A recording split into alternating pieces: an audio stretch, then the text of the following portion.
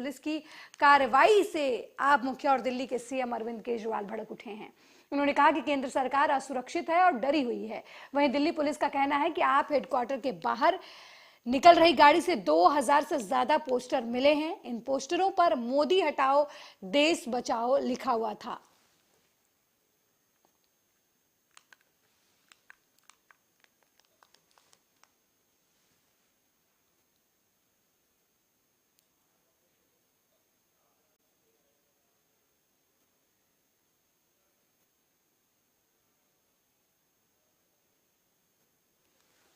तो जंतर मंतर पर आम आदमी पार्टी के नेता और कार्यकर्ता विरोध प्रदर्शन करेंगे।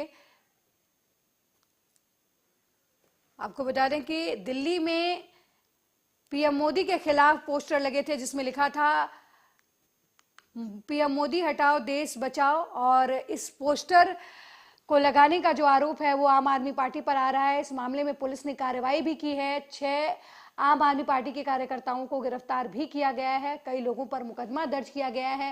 पुलिस की इस कार्रवाई के खिलाफ आम आदमी पार्टी के नेता और कार्यकर्ता जंतर मंतर पर धरना दे रहे हैं। साथ ही इस धरने में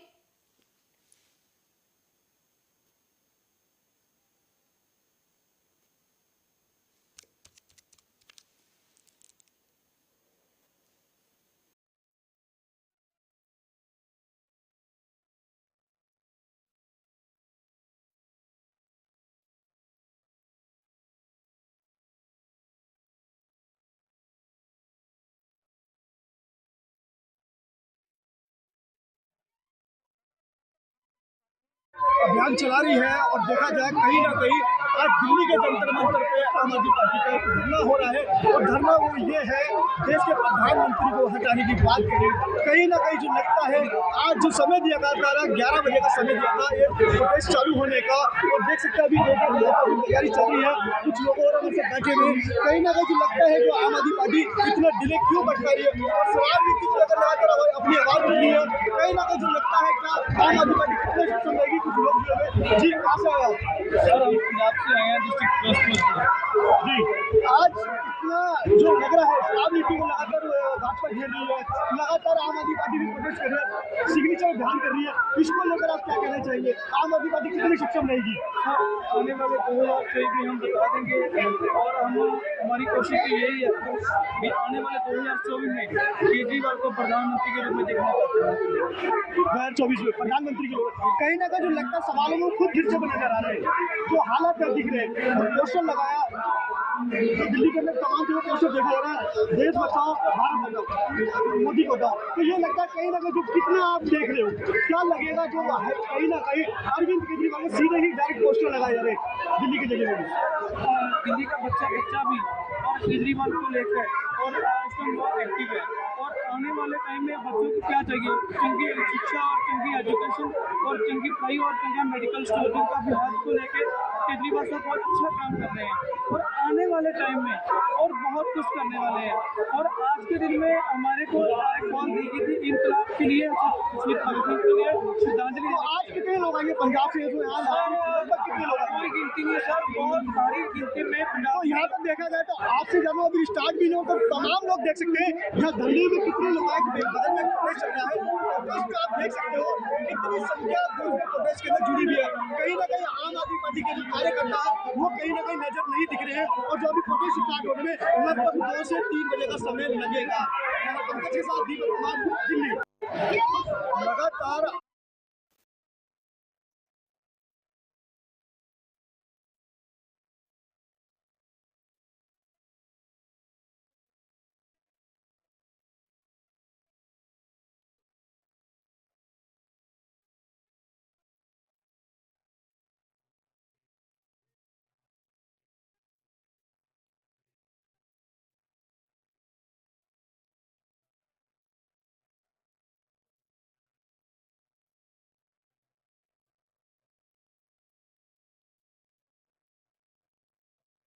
और इस खबर पर ज्यादा जानकारी के लिए दिल्ली से हमारे संवाददाता दीपक फोन लाइन पर जुड़ गए हैं।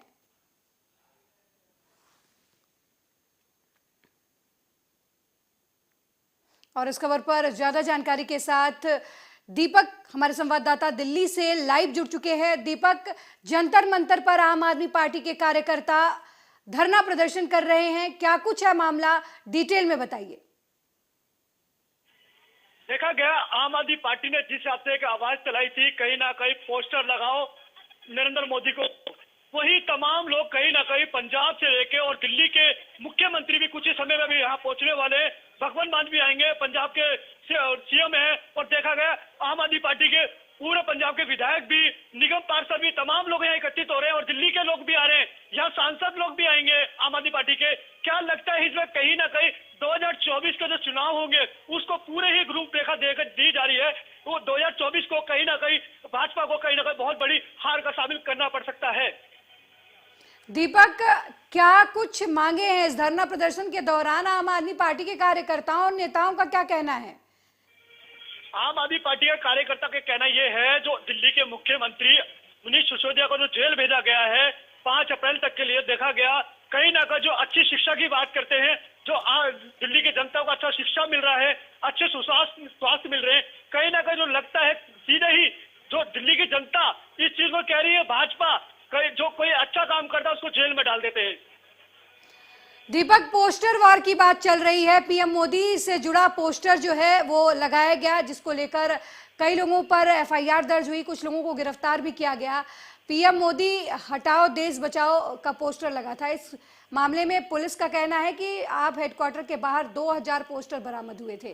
तो इस मामले को लेकर जो धरना प्रदर्शन चल रहा है, आम आदमी पार्टी के कार्यकर्ताओं का इस मामले में क्या कुछ कहना है? आम आदमी पार्टी का कार्यकर्ता कहने को ये है, कहीं ना कहीं लगता है सीधे ही लगता है कहीं ना कहीं जो आम आदमी पार्टी के जो लेख कह रहे हैं, जो दिल्ली की जनता में अच्छे जो काम हो रहे हैं उस काम को लेकर आम आदमी पार्टी लगातार काम गिनाती है, और शायद उस काम गिनाने पर जनता जिस हिसाब से खुश होती हुई नजर आती है, और कहीं ना कहीं लगता है कुछ लोग हमारे साथ जुड़े हुए, उनसे ही बात करते हैं। देखो पंजाब से लोग आए हुए हैं, सीधे ही उनसे जुड़ते हैं। जी, आप कहाँ से आए हो? हम पंजाब से, लुधियाना जिला। लुधियाना जिला। आप अब दिल्ली के जंतर मंतर पे आने का क्या मकसद रहा आपको, क्यों ऐसा आना पड़ा? हम तो शहीद आजम भगत सिंह के लिए आए हैं, की शहादत को प्रणाम करने हैं, और हमारी पार्टी के जो है प्रीमो अरविंद केजरीवाल और हमारे मुख्यमंत्री श्री भगवंत मान जी, उनके हुक्म के उनके कहने पे आए। तो कहीं ना कहीं जो लगता है आज भगवंत मान के कहने पे आए हो आप लोग, जो देखा गया तमाम जो आरोप प्रति आरोप चल रहे हैं, दोनों पार्टी एक दूसरे को जो आरोप लगा रही है, इस पे क्या कहना चाहोगे आप लोग? कौन से लगा रही है ये तो बताओ, कौन से रोप लग रहे हैं आप बताइए तो सही। कोई रोप नहीं है, इतनी अच्छी सरकार चल रही है। मैं पार्टी का कोई हिमायती नहीं हूँ, मैं पार्टी का वफादार नहीं हूँ। मैं एक एज ए इंसान, एज ए पब्लिक बोल रही हूँ कि इतनी अच्छी सरकार चल रही है कि हम आपको बता दें, हमारी इतने बिजली के बिल नहीं आ रहे, हमें बहुत सहूलत मिलने लग गई। अभी 1 साल तो हुआ है, अभी बहुत कुछ होगा। चलिए, यहाँ कह रहा अभी 1 साल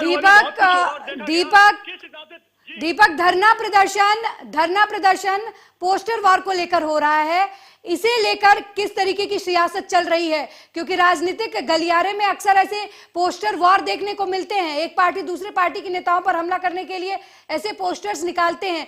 तो जो कार्रवाई हो रही है पुलिस की तरफ से, दिल्ली पुलिस की तरफ से, क्या वो राजनीति से प्रेरित है? इसको लेकर आम आदमी पार्टी के नेता और कार्यकर्ता धरने पर बैठे हुए हैं। जी, जरूर सही कह रहे, कहीं ना कहीं राजनीति को लेकर चला जा रहा है, और कहीं दिल्ली पुलिस इस चीज को अभी तक कोई कार्रवाई नहीं कर रही है। जो देखा गया पोस्टर जो लगाए गए, जो बयान जो पोस्टर लगाकर जो चला गया, पोस्टर लगाइए और मोदी को हटाइए, और कहीं ना कहीं आप पीछे देख सकते हो, ये यहाँ से अभी कुछ ही देर बाद अरविंद केजरीवाल, भगवंत मान यहाँ से मार्च करके अंदर जाएंगे, और सीधे ही वो अब मंच पे जाके दिल्ली की जनता को और पंजाब के लोगों को संबोधित करेंगे। कुछ पंजाब के विधायक भी आए, पंजाब के विधायक से भी बात करते हैं। कहीं ना कहीं सर आज आपको यहाँ आना पड़ा, और जो लगातार आम आदमी पार्टी जिस हिसाब से काम करती है, क्या कहना चाहेंगे इसको लेकर? अरे छोटे भाई, दिल्ली है, हमारा प्रदेश है, ये भी हमारी दिल्ली में सरकार है, पंजाब से अपने भाइयों से मिलने हैं, ऐसी बात नहीं आ नहीं सकते क्या? हमारे लिए दिल्ली का बहन है। जिस हिसाब से लोग पोस्टरबाजी चल रही है, आप लोग एक दूसरेबाजी कर रहे हैं, आपने पोस्टर लगाया, पोस्टर लगाओ नरेंद्र मोदी को हटाओ, वही भाजपा पोस्टर लगा रही है। ये जनता जनार्दन है, जनता ही पोस्टर लगवाएगी, जनता हटाएगी।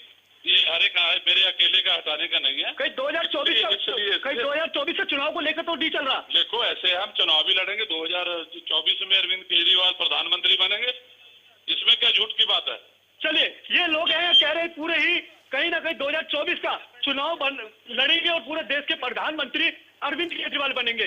क्या लगता है इन्हीं हालातों से ये लगेगा शायद इसी तरह से शिक्षा आगे बढ़ेगी, काम दीपक, आम आदमी पार्टी जिस तरीके से धरने पर बैठी है, क्या उनकी कुछ मांगे हैं? पोस्टर वॉर जो चल रहा है उसको लेकर कुछ मांगे हैं? धरने पर बैठने की वजह क्या है और क्या चाहते हैं आम आदमी पार्टी के कार्यकर्ता और नेता? आम आदमी पार्टी के कार्यकर्ता यही चाहते हैं जो हमने जो काम किया उस तरीके से उस काम करने दें, आगे काम करने विघ्न ना डाले। ये बीजेपी जो लगातार जो विघ्न डालती है, हम उससे सरासरी नाराज है। उसको लेके कहीं ना कहीं आम आदमी पार्टी बिल्कुल नाराजगी दिखा रही है। दीपक, तो क्या ये मान लिया जाए जो हंगामा चल रहा है बीजेपी और आम आदमी पार्टी के बीच, कहीं ना कहीं वो राजनीति से प्रेरित है? हर पार्टी, आम आदमी पार्टी और बीजेपी दोनों अपना नंबर बनाने की कोशिश कर रहे हैं और दोनों पार्टियां एक दूसरे के प्रति हमलावर इसलिए हैं ताकि एक दूसरे के वोट बैंक को हासिल किया जाए या फिर उनको नीचा दिखाया जा सके। जी सही कह रहे हो आप, दोनों ही पार्टी आपस में राजनीति खेलती है। इसके अंदर कौन पिसता है? एक नीचे स्तर के लोग, आम जनता पिसती है। आम जनता जगह जगह परेशान होती है। जो समस्या है वो आम जनता कहीं ना कहीं इस चीज को कहीं ना कहीं लेके बिल्कुल बहुत ज्यादा परेशान रहती है। कभी कभी आम जनता को रोड पे उतरना पड़ता है। अपनी आवाज किसके निवास पे जाके बोले? आम आदमी पार्टी के निवास पे जाके बोले या बीजेपी के निवास पे जाके बोले? यदि दोनों के पास कहीं ना कहीं जाते, आम आदमी पार्टी के जो निगम पार्षद उनके कार्यालय पर ताला लगा मिलता है। विधायक पे जाओ तो विधायक के जो कुछ लोग रहते हैं वो सीधा कहते हैं अभी नहीं है विधायक साहब, MP साहब वहां मिलते नहीं है, तो कहां जाकर बोलेंगे? वही हाल बीजेपी का है। बीजेपी काम गिनाती है, कहीं ना कहीं जो लगता है जनता किसके दरवाजे पे आके रोएगी। जी दीपक, बीजेपी की तरफ से भी ऐसे ही कोई पोस्टर वार की बात की जा रही है। बीजेपी की तरफ से भी केजरीवाल हटाओ दिल्ली बचाओ का नारा दिया गया है। मनजिंदर सिंह ने भी बयान दिया है। तो क्या कुछ लड़ाई जो है ये कहां तक जाने वाली है?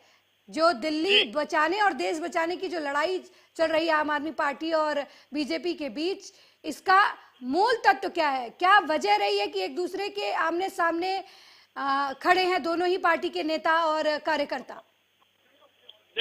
दोनों एक जो दोनों पार्टी आपस में मैन तथ्य जो रख रही है, कहीं ना कहीं क्या लगता है जो ऐसी हालत रहेंगे 2000 चुनाव में, वो कहते हैं मेरे को देश का प्रधानमंत्री बनना, और यहाँ लगा गया लगातार बीजेपी 2024 की चुनाव पूरी जिस तरह से बहुत जोर से तैयारी कर रही है, इसमें कहीं ना कहीं आम आदमी पार्टी बिल्कुल नर्वस दिखेगी, जो लगातार अपने शिकंजे में लगातार गिरती हुई नजर आ रही है। मनोज सिसोदिया 5 अप्रैल तक के लिए दिल्ली के तिहाड़ जेल में भेज दिया गया है। संजय सिंह अभी तक बेल नहीं हो रही है। दीपक, लगातार नजर बनाए रखिएगा। सीएम अरविंद केजरीवाल और भगवंत मान पहुंचेंगे तो हम फिर आपसे एक बार जुड़ेंगे। तो दिल्ली में जंतर मंतर पर आम आदमी पार्टी का धरना प्रदर्शन चल रहा है, पोस्टर वॉर चल रहा है दोनों पार्टियों के बीच में। पीएम मोदी हटाओ देश बचाओ का नारा जो है वो आम आदमी पार्टी की तरफ से दिया गया था और लगातार पोस्टर लगाए जा रहे थे, जिस मामले में पुलिस ने कार्रवाई करते हुए कई लोगों को गिरफ्तार किया है। और इसी मामले में अब जंतर मंतर पर आम आदमी पार्टी के कार्यकर्ता धरना प्रदर्शन कर रहे हैं, जिसमें दिल्ली सीएम अरविंद केजरीवाल और पंजाब के सीएम भगवंत मान भी शामिल होंगे।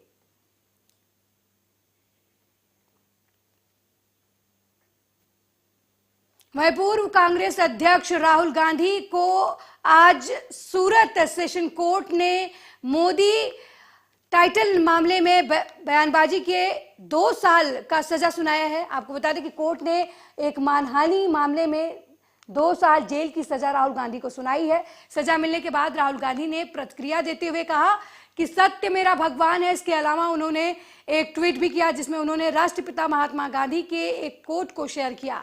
कांग्रेस नेता ने ट्वीट कर कहा कि मेरा धर्म सत्य और अहिंसा पर आधारित है। सत्य मेरा भगवान है, अहिंसा उसे पाने का साधन है। सूरत कोर्ट में उनको आपराधिक मानहानि के मामले में दोषी पाते हुए 15,000 रुपए के जुर्माने के साथ 2 साल कैद की सजा सुनाई गई। हालांकि कोर्ट से उनको जमानत मिल गई है, लेकिन उनकी सांसद सदस्यता को खतरा पैदा हो गया है। लोक प्रतिनिधित्व कानून के तहत किसी भी जनप्रतिनिधि को 2 साल की सजा मिलने पर उसकी सदस्यता रद्द होने का प्रावधान है। उनकी सदस्यता रद्द होते ही देश भर के नेताओं की प्रतिक्रियाओं की बाढ़ आ गई। कांग्रेस महासचिव और राहुल गांधी की बहन प्रियंका ने कहा कि डरी हुई सत्ता की पूरी मशीनरी साम दाम दंड भेद लगाकर राहुल गांधी की आवाज को दबाने की कोशिश कर रही है। प्रियंका ने कहा कि राहुल सच बोलते हुए जिए हैं, सच बोलते रहेंगे और देश के लोगों की आवाज उठाते रहेंगे। सच्चाई की ताकत और करोड़ों देशवासियों का प्यार उनके साथ है। राहुल गांधी ने 2019 में एक चुनावी सभा में कथित तौर पर कहा था कि आखिर कैसे सभी चोरों का नाम मोदी है। शिकायतकर्ता के वकील ने दावा किया कि उन्होंने पूरे मोदी समुदाय को टारगेट किया है। वहीं राहुल गांधी ने कोर्ट में कहा कि मैंने किसी समुदाय को बदनाम करने की कोई कोशिश नहीं की, हाँ, और ना ही किसी को हानि पहुंचाने का मेरा कोई इरादा था। मेरा उद्देश्य सिर्फ भ्रष्टाचार को उजागर करना था। दिखा रहे हैं जिसमें राहुल गांधी ने कोर्ट के फैसले के बाद कहा कि धर्म, सत्य और अहिंसा पर आधारित मेरा सत्य भगवान है, उसे पाने का साधन जो है वो अहिंसा है। राहुल गांधी ने जब कोर्ट की तरफ से उन्हें सजा सुनाई गई उस पर अपनी टिप्पणी करते हुए एक ट्वीट किया। उन्होंने लिखा कि मेरा धर्म सत्य और अहिंसा पर आधारित है, सत्य मेरा भगवान है, अहिंसा उसे पाने का साधन है। वहीं मल्लिकार्जुन खड़गे ने भी ट्वीट किया। उन्होंने लिखा कि कायर ताना साहब, भाजपा सरकार राहुल गांधी और विपक्ष से तिलमिलाई हुई है क्योंकि हम उनके काले कारनामों को उजागर कर रहे हैं, जेपीसी की मांग कर रहे हैं। राजनीतिक दिवालियेपन की शिकार मोदी सरकार, ईडी पुलिस भेजती है, राजनीतिक भाषणों पर केस थोपती है। हम हाई कोर्ट में अपील करेंगे। तो राहुल गांधी को जो सजा मिली है, सूरत कोर्ट की तरफ से जो सजा सुनाई गई है, उसको लेकर तमाम कांग्रेस नेताओं की प्रतिक्रिया आ रही है। प्रियंका गांधी की भी प्रतिक्रिया सामने आई है। उन्होंने लिखा कि डरी हुई सत्ता की पूरी मशीनरी साम दाम दंड भेद लगाकर राहुल गांधी की आवाज को दबाने की कोशिश कर रही है। मेरे भाई ना कभी डरे हैं, ना कभी डरेंगे, सच बोलते हुए जिए हैं और सच बोलते रहेंगे। देश के लोगों की आवाज उठाते रहेंगे। सच्चाई की ताकत और करोड़ों देशवासियों का प्यार उनके साथ है। तो आपको बता दें कि लगातार राहुल गांधी को लेकर कमीशन दबाव है। ईडी, इनकम टैक्स, सीबीआई जो प्रीमियर एजेंसी हमारी है, उनकी क्रेडिबिलिटी बहुत बड़ी रहती थी। आज उसका दुरुपयोग हो रहा है, जम करके हो रहा है। तो जब ऐसा माहौल बनता है तो ऐसे फैसले होते हैं। हर फैसला प्रभावित होते ही होता है। वही माहौल बन गया, वही माहौल बन गया है। और राहुल गांधी जी के ये जो कमेंट है, ये तो पॉलिटिकल कमेंट चलते रहते हैं। हम तो 40-50 साल से देखते हैं ऐसे पॉलिटिकल कमेंट। पता नहीं वाजपेयी जी ने, अडवाणी जी ने कितने किए होंगे, कोई सोच नहीं सकता। वो जमाना और था, ये जमाना और, इतना फर्क है। उस जमाने में कभी इस प्रकार के कोर्ट केस नहीं होते थे। और पॉलिटिकली जो लैंग्वेज होती है, पॉलिटिकल आरोप होते हैं, जिससे कि जनता को मैसेज देना पड़ता है कि मोदी नाम के लोग जो हैं वही क्यों ये मतलब ऐसी हरकतें करते हैं। इसका मतलब भी होता है कि मोदी के सरने में जो लोग हैं उनको लगता है प्रधानमंत्री हमारा आदमी है, हमें बचा लेगा, हमारा कौन क्या बिगाड़ लेगा, ये भी तो मतलब होता है उसका। इसमें मोदी जी के बारे में क्या उसको समझ हो सकता है, मुझे पता नहीं। राहुल गांधी जी ने जब कहा तो ये पॉलिटिकल आरोप था या एक प्रकार से पॉलिटिकल कमेंट था, उसको लेके इस प्रकार से कोर्ट में भेजा गया। और ये तो जुडिशरी, अभी तो फैसला हुआ है, मुझे पूरा विश्वास है, जुडिशरी पे हमें विश्वास है कि फैसला आने वाले वक्त में सही फैसला होगा। और इसमें कोई जो इन्होंने कोशिश की है जिस प्रकार से मैसेज देने की, उसमें ये कामयाब नहीं होंगे। सर, राहुल गांधी लगातार कह रहे हैं कि जो ताकतें देश को कंडेम करना चाहती है या तोड़ना चाहती है, मैं ऑनेस्टी से अपनी बात कहता रहूंगा। वो लगातार बिल्कुल कहते रहेंगे। राहुल गांधी एक बहुत ही साहसी, हिम्मत वाला शख्स है और मोदी जी जैसे व्यक्ति से मुकाबला वही कर सकते हैं। एनडीए गवर्नमेंट से मुकाबला करने में राहुल गांधी सक्षम है। आप देख रहे हो, अकेला मुकाबला करता आ रहा। वो लंबी यात्रा निकाली उन्होंने, पूरे देश को उद्वेलित कर दिया कि महंगाई, बेरोजगारी, हिंसा और अमीर गरीब की खाई बढ़ती जा रही है। चारों मुद्दे बहुत महत्वपूर्ण हैं। उस पर तो ध्यान जाता नहीं है मोदी जी का, अमित शाह जी का, एनडीए गवर्नमेंट का। और ध्यान जाता है इनका बदला लेने का। दिल्ली पुलिस को उनके घर भेज दिया। मुझे तो हंसी आती है 50 साल मुझे राजनीति करते हुए हो गया। अगर कोई नेता जाके किसी राज्य में दौरे करे और उस राज्य के हालात के बारे में जो उसको फीडबैक मिला है उसको वो जनता से शेयर करे मीडिया के माध्यम से, उसको लेके आपने केस भी दर्ज कर दिया और पूछताछ शुरू कर, और उनके घर चले गए, नोटिस दे रहे हैं, क्वेश्चन पूछ रहे हैं। ये केस मेरे ख्याल से पिछले साल में हमारे लोग प्रेस कॉन्फ्रेंस करने वाले हैं, उसमें हमारे जो मीडिया के चेयरमैन हैं या हमारे जो सेक्रेटरी इंचार्ज है वो सविस्तर से आपको बताएंगे। आपकी क्या नहीं, मेरा रिएक्शन तो वही पार्टी का रिएक्शन होगा और हम यही चाहते हैं कि इसका हमको अंदाजा लग रहा था कि ये लोग जब बार बार बुलाना ये करना कर रहे थे तो उन्होंने तो उनको शिक्षा दी है, लेकिन हम बेल भी मिला है। आगे की रणनीति क्या होना चाहिए हम देखेंगे। So 2 years we'll find out the ways. BJP हमला बोल रही है, लेकिन राहुल गांधी पर सजा के बाद राहुल जी को सजा हुई है, उस पर बीजेपी हमला बोल रही है।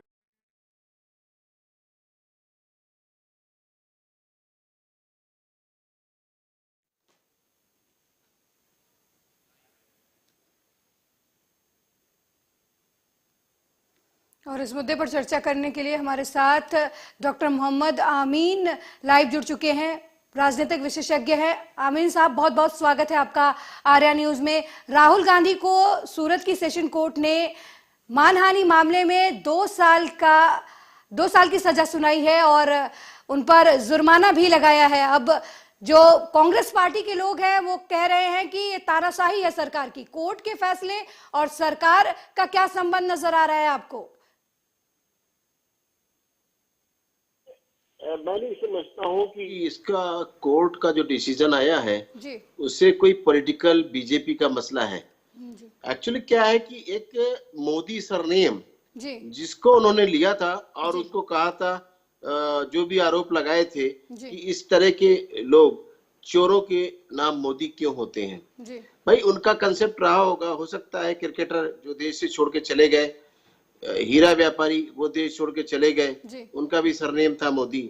लेकिन पूरे देश में ये मोदी जी जो हमारे हैं प्राइम मिनिस्टर, तो लोग ये समझ रहे हैं कि शायद बीजेपी पार्टी मोदी जी के नाम पे कर रही है, लेकिन ऐसा नहीं है। इस मामले में देखना होगा बारीकी से कि पूरे मोदी प्रकरण में जिसमें इनको सजा हुई है उसमें कोई प्राइम मिनिस्टर ने अपना नहीं रखा है हिसाब किताब, बल्कि मोदी समाज ने इनके खिलाफ कोर्ट केस किया और उसका नतीजा इनको 2 साल की सजा हुई है। अब इसमें बीजेपी पार्टी का क्या लेना देना? मैं तो नहीं समझता हूँ कि बीजेपी को इसमें आरोपित करना चाहिए कि बीजेपी ने कुछ किया है। अगर ऐसी बात होती तो कोई बीजेपी का उनका पदाधिकारी मुकदमा करता, इस मामले में आगे आता, या मोदी जी की तरफ से प्राइम मिनिस्टर ऑफिस की तरफ से होता। ना ही उनकी तरफ से हुआ है, न ही बीजेपी की तरफ से हुआ है। फिर किस बात की परेशानी और परेशानी है कांग्रेस में? जो सारे नेता कह रहे हैं कि ईडी और ये सब चीज लगा दी जाती है। अरे भाई ऐसा है कि अगर आप बेईमान हैं तो आपके पीछे ईडी फॉलो करेगी, अगर आपने गलत कोई कार्य किया है तो आपके पीछे सजा मिलेगी। इसमें क्या परेशान होना है? अभी आप देख लीजिए, ये लोग कहते हैं कि बीजेपी वालों को कर्नाटक में भी देखिए, बीजेपी के एमएलए के यहाँ पैसा मिला, उसको जो है अरेस्ट है, जेल में है। ऐसा नहीं है कि बीजेपी किसी गलत आदमी का साथ देती है। यही कारण है कि बीजेपी की जो पॉपुलैरिटी है वो बढ़ रही है देश में, और हर जगह हर इलेक्शन में उनको सफलता मिलती है। लेकिन हमेशा देखिए हंस के टाल देते हैं मोदी जी, जब भी कोई उनको कोई उल्टी सीधी बातें कहता है और उसको वो हमेशा मुस्कुराकर और टांट के तौर पे उठा के उल्टा उनको जवाब दे देते हैं। इस तरह की टिप्पणियां करना बीजेपी के खिलाफ या मोदी जी के खिलाफ उचित नहीं है। उनको खुद देखना होगा कि सजा किसमें मिली है और क्यों मिली है। देखिए अगर इस सूरत कोर्ट में कोई मोदी जी का हाथ होता तो इनको वहीं पर अरेस्ट कर लिया जाता। देखिए इनको पूरा समय मिला कि वहां से इनको जमानत भी मिल गई।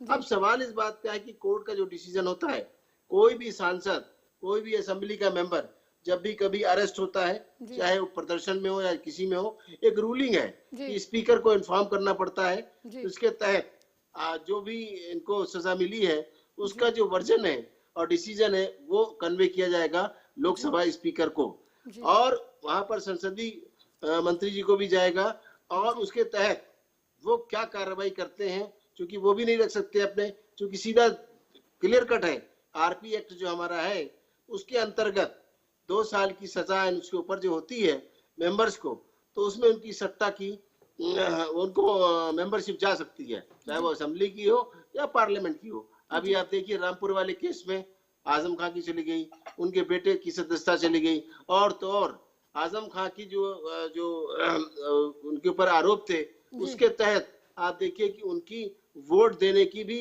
वोटर लिस्ट से कैंसिल कर दिया गया, यानी वोटर अधिकार भी नहीं है आजम खां को। तो ये हर अलग अलग कोर्ट अपना डिसीजन देती है, अलग अलग कोर्ट अपना कार्य करती है। इसमें क्या हुआ क्राइम मचाने की जरूरत है कि पूरे देश में इस तरह से मचाया जाए? मैं नहीं समझता हूँ कि इस तरह की बातें करना उचित है। आप समझ सकती हैं अलका जी कि इस वक्त जो वो एक्चुअली क्या है सामने कांग्रेस के, कि कांग्रेस हर बात को मुद्दा बनाना चाहती है कि वो हाउस में नहीं बोले तो उसका मुद्दा बना ले, वो इस तरह की बातें करते हैं उसको हम इस तरह कर लें, क्योंकि अपोजिशन के पास कोई भी मुद्दा है नहीं। और जो भी बेईमानी करते हैं कुछ करते हैं उनपे कोई भी एक्शन होता है क्या? ये आपको पता नहीं है कि इस बात पे जब कांग्रेस की गवर्नमेंट थी तो इसी सीबीआई को लोग कहते थे कांग्रेस ब्यूरो ऑफ इन्वेस्टिगेशन।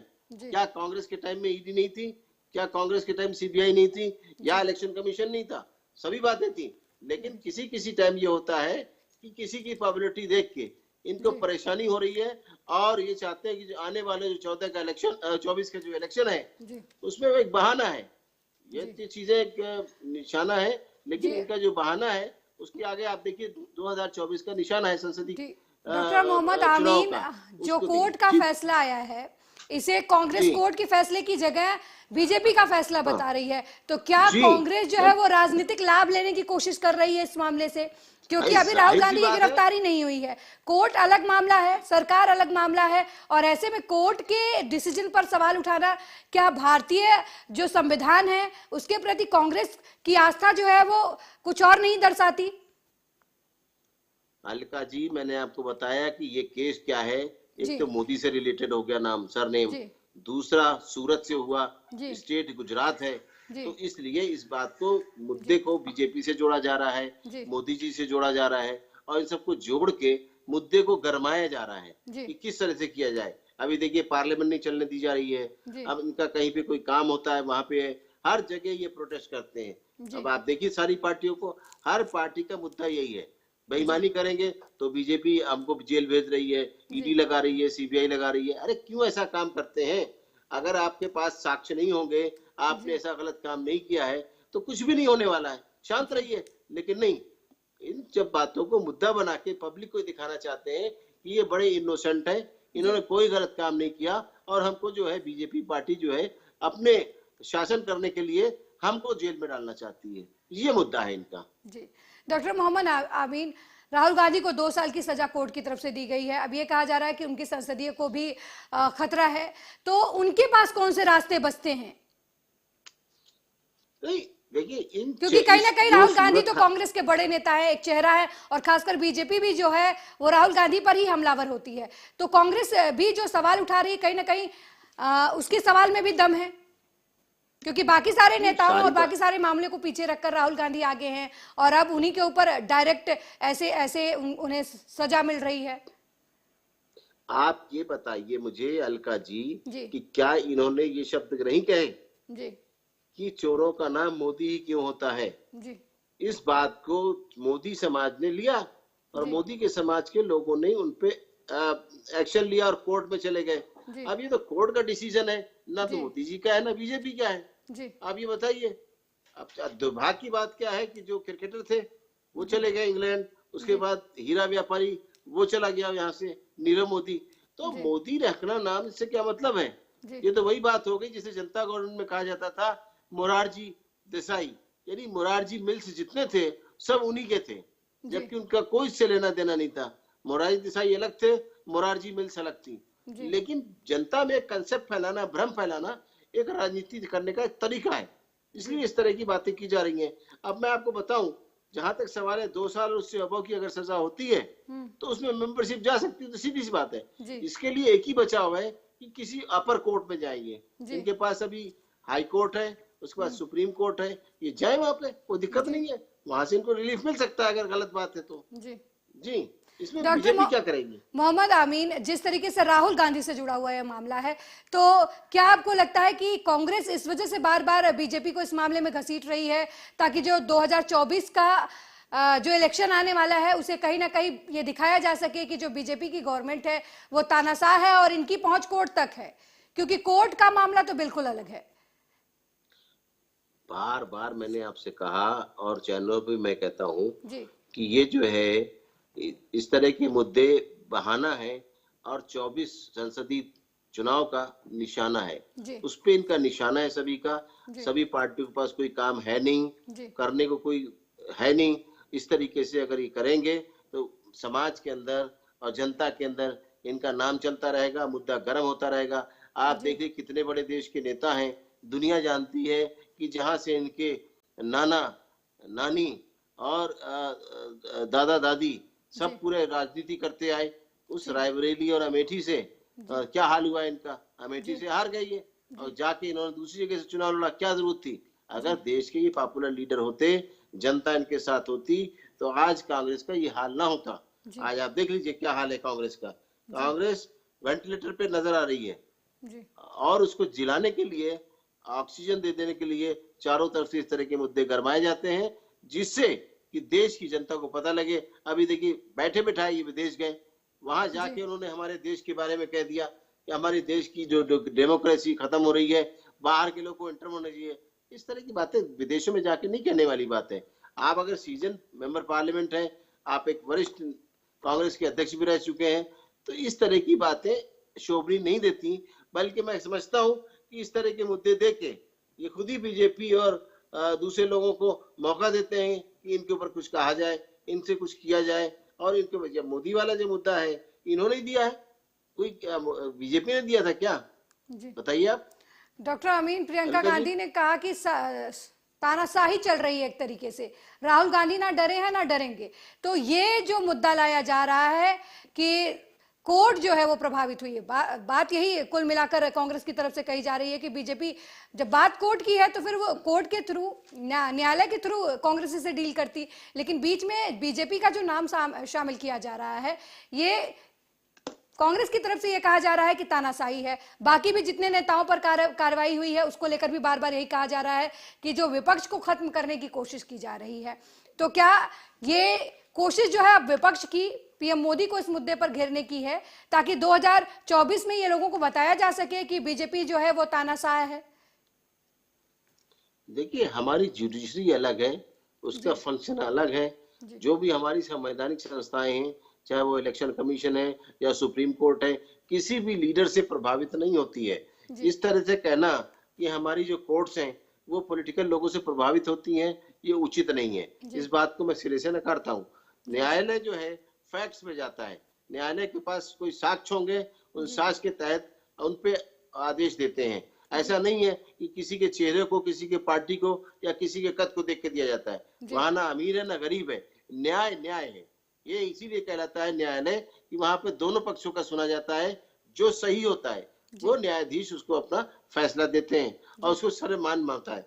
अब इनके फेवर में दे दे तो ठीक है, कोर्ट जो है तो सही चल रही है। अब इनके फेवर में अगेंस्ट चला जाता है तो कहते हैं कि साहब वो प्रभावित है ये सरकार से। इसी तरह इलेक्शन कमीशन से बात करते हैं कि साहब इलेक्शन कमीशन बेईमानी कर रहा है। अरे इस तरह की बातें कहना, समझदार पुरानी पार्टी है, पुराने लोग हैं, पहले अपने को आप सोचिए, एक बार बैठ के अपने पर मंथन करिए कि आपकी क्या गलतियां हैं, किस कारण से गर्त में पार्टी जा रही है, उसके क्या कारण हो सकते हैं। इस तरह की बातें करना, देखिए कोर्ट ने इसलिए भी इस तरह की बात की है कि अभी आने वाला इलेक्शन है। इस तरह की टिप्पणियां अगर करने लगेंगे तो सभी प्रॉब्लम आती है। मॉडल कोड ऑफ कंडक्ट में ही कहा जाता है कि आप किसी तरह की टिप्पणी नहीं करेंगे, लेकिन ये लीडर्स एक दूसरे के ऊपर मानते नहीं टिप्पणी करने से।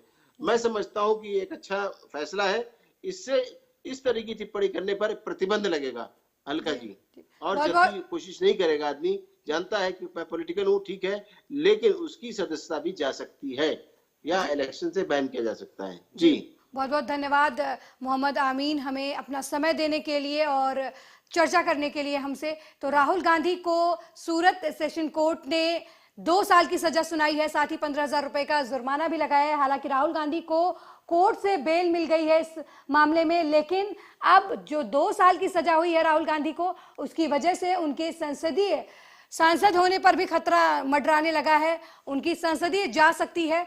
तो ये देखने वाली बात अब होगी कि राहुल गांधी हाई कोर्ट का रुख कब करते हैं, क्योंकि कांग्रेस की तरफ से बार बार ये आरोप लगाया जा रहा है कि तानाशाही है और राहुल गांधी को दबाने की कोशिश की जा रही है।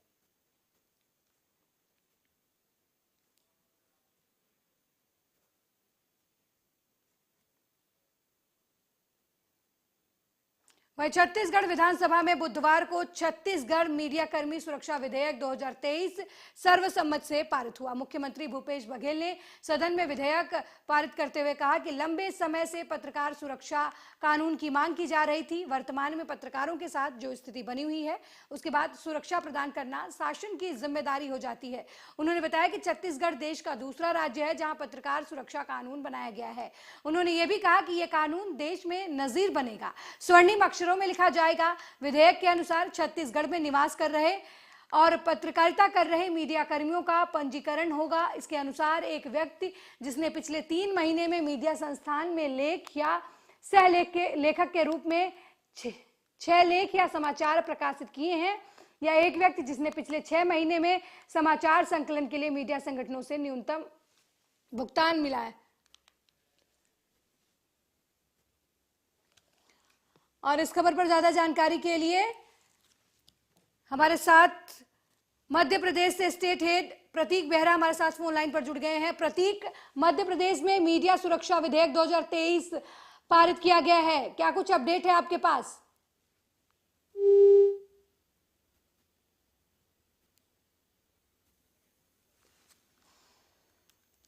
तो मध्य प्रदेश में मीडिया कर्मी सुरक्षा विधेयक 2023 पारित किया गया है। पंजीकरण के लिए व्यक्ति की पात्रता बताई गई।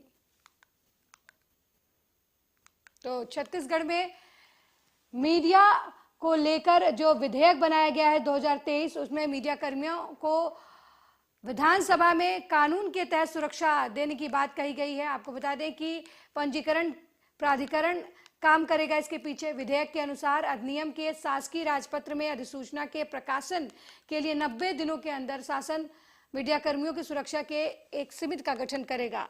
तो इस खबर पर ज्यादा जानकारी के लिए हमारे साथ छत्तीसगढ़ के स्टेट हेड प्रतीक बेहरा फोन लाइन पर जुड़ गए हैं। प्रतीक, छत्तीसगढ़ में मीडिया सुरक्षा कर्मी विधेयक 2023 पारित किया गया है, क्या कुछ अपडेट है आपके पास इस विधेयक को लेकर, और किस तरीके का लाभ जो है वो स्थानीय मीडिया कर्मियों को मिलेगा छत्तीसगढ़ में?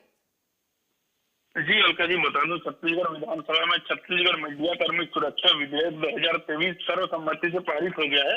विधेयक पारित होने के बाद छत्तीसगढ़ देश का दूसरा राज्य बन गया जहां पत्रकार सुरक्षा कानून लागू होगा। इसके पहले महाराष्ट्र में पत्रकार सुरक्षा कानून लागू हो चुका है। जी मुख्यमंत्री भूपेश बघेल ने सदन में विधेयक पर कहा है कि पत्रकार सुरक्षा कानून की लंबे समय से मांग की जा रही थी। मौजूदा दौर में पत्रकारिता की जो स्थिति बनी है उस पर सुरक्षा प्रदान करना सरकार की जिम्मेदारी बनती है। उन्होंने बताया कि छत्तीसगढ़ देश का दूसरा राज्य है जहां पत्रकार सुरक्षा कानून बनाया गया है। उन्होंने यह भी कहा कि यह कानून देश में नजीर बनेगा और इसे स्वर्णिम अक्षरों से लिखा जाएगा। जी प्रतीक बेहरा, कहीं ना कहीं आपको ये लगता है कि इस अब जो कानून आ गया है इससे छत्तीसगढ़ में जो पत्रकार हैं उन्हें कानूनन वो लाभ मिलेगा जिसके वो हकदार हैं?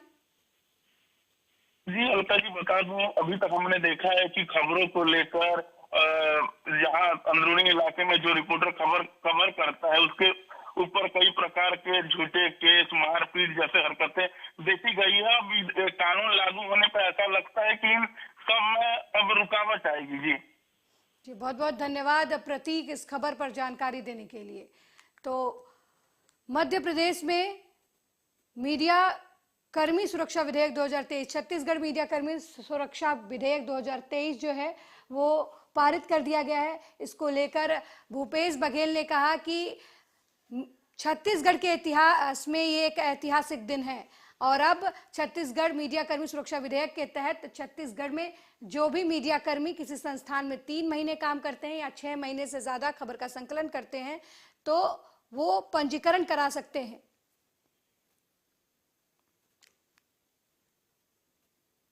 वहीं आगरा से बड़ी खबर सामने आई है, जहां एक घर में 421 डेटोनेटर के साथ 242 किलो बारूद मिला है। पुलिस ने 3 आरोपियों को गिरफ्तार किया है, उनसे पूछताछ की जा रही है। पुलिस ने कहा कि बारूद इतना ज्यादा है कि इससे पूरा गांव तबाह हो सकता है। शुरुआती पूछताछ में आरोपियों का कहना है कि बारूद का इस्तेमाल वो अवैध खनन करने में करते हैं। राजस्थान से विस्फोटक खरीद कर लाया जाता है। आरोपियों के कनेक्शन कहां तक हैं और किससे हैं, इन सारे जवाबों को लेकर पुलिस जांच पड़ताल कर रही है। मामला थाना खेरागढ़ क्षेत्र के मिर्चापुर का है। पुलिस अधिकारियों ने बताया कि विस्फोटक ब्लैक एंड व्हाइट दोनों कलर का है, एक अमोनियम सल्फेट और दूसरा काला और दानेदार है। विस्फोटक का नमूना FSL को भेजा गया है। मकान में विस्फोटक को छिपाकर रखा हुआ था, इसके साथ डेटोनेटर भी रखा हुआ था। अगर विस्फोट हो जाता तो बड़ा नुकसान हो सकता था।